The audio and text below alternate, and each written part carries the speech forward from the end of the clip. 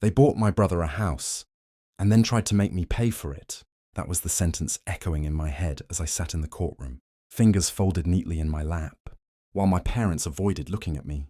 The air smelled faintly of paper and polish. The ceiling fan hummed above, slow and indifferent, as if this was just another ordinary day. But nothing about this felt ordinary. My mother's voice had always been warm when she spoke to others. Now it was sharp, rehearsed. "He promised to help," she said, her eyes fixed on the judge, not on me. Not once on me. Promised. The word felt heavy, not because it was true, but because of how easily they said it. I turned slightly, just enough to catch my brother's reflection in the glass behind us. He sat stiff, jaw tight, pretending to be uncomfortable. But I knew that look. He wasn't uncomfortable. He was waiting for me to lose. I remembered the day they told me about the house, the excitement in their voices. "It's for your brother," they said. "He deserves a good start." I had smiled. I always did. What they didn't mention then was the loan. What they didn't mention was me. The judge adjusted his glasses, flipping through the documents. "You're claiming," he said slowly, "that the defendant agreed to repay part of the mortgage." My father nodded quickly. Too quickly? Yes, he said he'd support the family. Support. Another word twisted into something unrecognizable. I exhaled quietly, steadying myself. My lawyer hadn't said much so far, and that was intentional. We weren't here to argue loudly. We were here to let them talk, because the more they spoke, the clearer the truth became. I glanced down at the papers in front of me. Clean, precise, silent. Unlike them, I didn't need to raise my voice. I just needed the right moment. And one simple question. I've always been the quiet one in the family. The dependable son. The one who didn't argue, didn't demand, didn't make things difficult. My brother was different. Louder, needier. The kind of person who turned small problems into emergencies.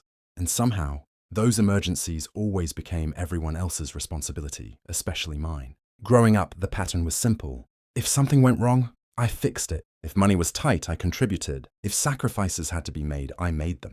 Not because I was asked directly, but because it was expected, in that unspoken way families sometimes operate. And I let it happen.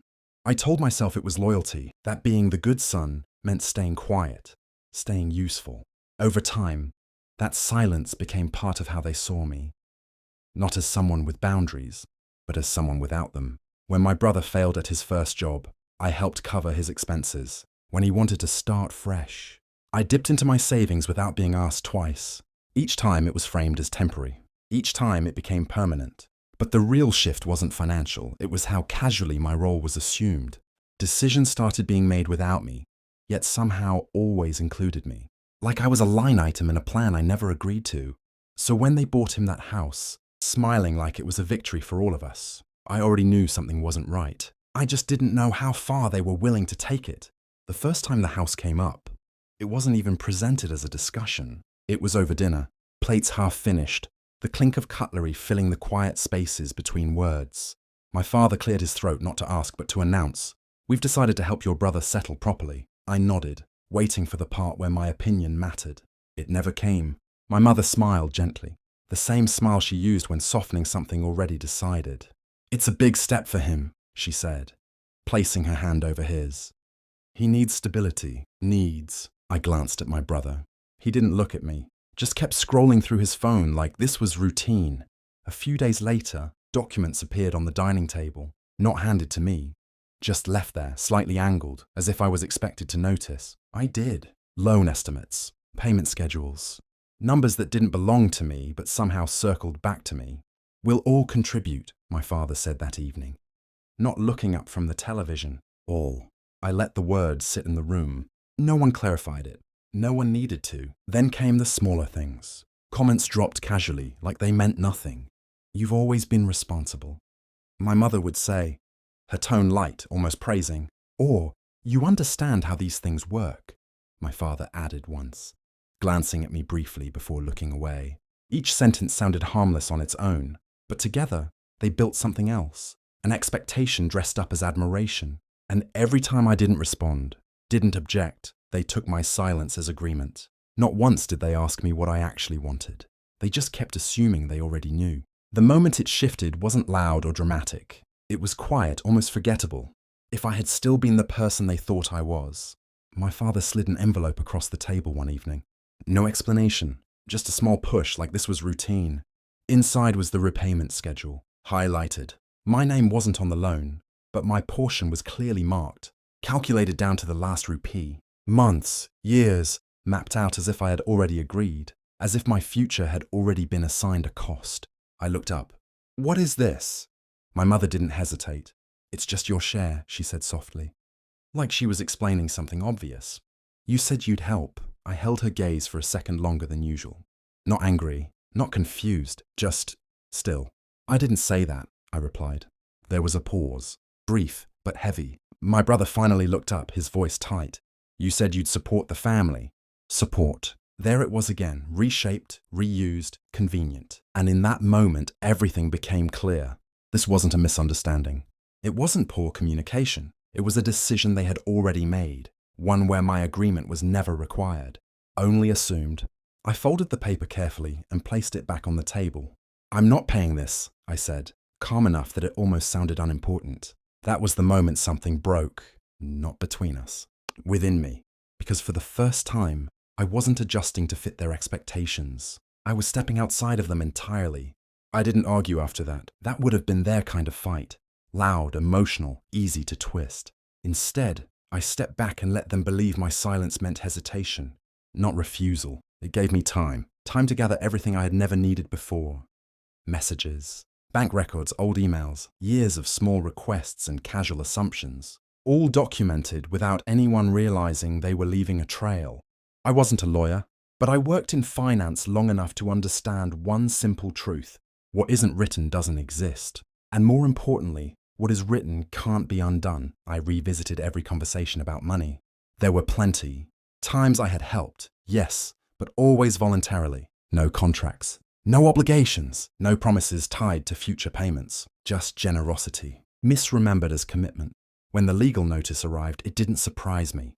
What surprised me was how confident it sounded, as if they truly believed the story they had constructed, that somewhere, at some point, I had agreed to carry their decision. I hired a lawyer quietly.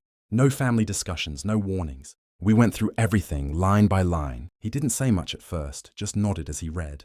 Then he looked up and asked, "Did you ever sign anything?" "No," I said. "Did you ever explicitly agree, clearly in writing or in front of witnesses?" I shook my head. He leaned back slightly, almost thoughtful. "Good," he said. "Then we don't need to prove much." That's when I understood. This wasn't going to be about defending myself. It was going to be about letting them prove something that never existed. The courtroom was quieter than I expected. Not tense, just still. Like everything that needed to happen had already been set in motion long before we walked in. My parents spoke first, confident, certain. My mother repeated the same line, softer this time, as if gentleness made it more believable. He promised to help. My father added details, conversations I barely recognized, moments reshaped into something cleaner, more convenient. I didn't interrupt. I just watched. When it was our turn, my lawyer didn't argue. He didn't raise his voice or challenge them directly. He simply stood, adjusted his sleeve, and asked one question. "Can you show the court where exactly he agreed to repay this loan?" Silence. Not immediate. There was a shift first, a glance between them. My brother looked down. My mother's fingers tightened slightly in her lap. My father cleared his throat. "It was understood," he said. "Understood," my lawyer repeated calmly. "But not written." Another pause. "Not formally," he admitted. That was it. No dramatic reveal. No raised voices. Just a single absence. Sitting in the middle of the room where their certainty had been. The judge didn't need much after that. He flipped through the documents, expression unchanged, and gave a small, almost indifferent nod. Claim dismissed. The sound of the gavel wasn't loud, but it landed exactly where it needed to. No one spoke to me when we stepped out of the courtroom. Not immediately. My parents walked ahead, their pace faster than usual, like distance could undo what had just happened. My mother kept her gaze forward, her expression tight, not angry, not sad, just closed. My father's shoulders were stiff, his silence heavier than anything he had said inside. My brother lingered for a second, like he might say something. Then he didn't. He just followed them. That was the first real consequence. Not the case being dismissed, but the shift in how they looked at me. Or rather, how they didn't. For the first time, I wasn't the reliable solution waiting in the background. I was the variable they couldn't control. Word spread quietly through relatives, the way these things always do. Not the full story, just fragments. Enough for people to start asking questions. My parents couldn't answer as confidently anymore. He refused to help? Or, more tellingly, was he ever supposed to? Reputation doesn't collapse all at once, it erodes. And mine didn't. Theirs adjusted. As for me, the silence that followed wasn't uncomfortable. It was unfamiliar, but honest. Because for the first time, my worth wasn't tied to what I could fix, fund, or forgive. It was tied to what I refused. In the weeks that followed, nothing dramatic happened. No apologies. No sudden realizations. Just distance. Calls became shorter, then stopped. Family gatherings continued, but without the quiet expectation that I would step in, cover gaps, smooth things over. My absence in those roles said more than any argument ever could.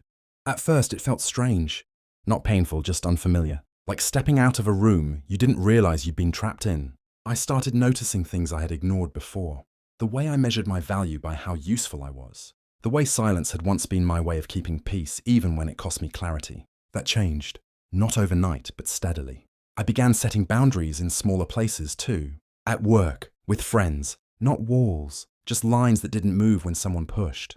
As for my family, I stopped trying to correct their version of the story. People believe what protects them. I understood that now. What mattered was simpler. I knew what I had said.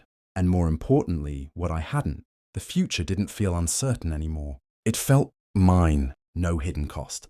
No unspoken agreements. Just choices I actually made. Because in the end, I didn't win by proving them wrong. I won by refusing to carry what was never mine to begin with.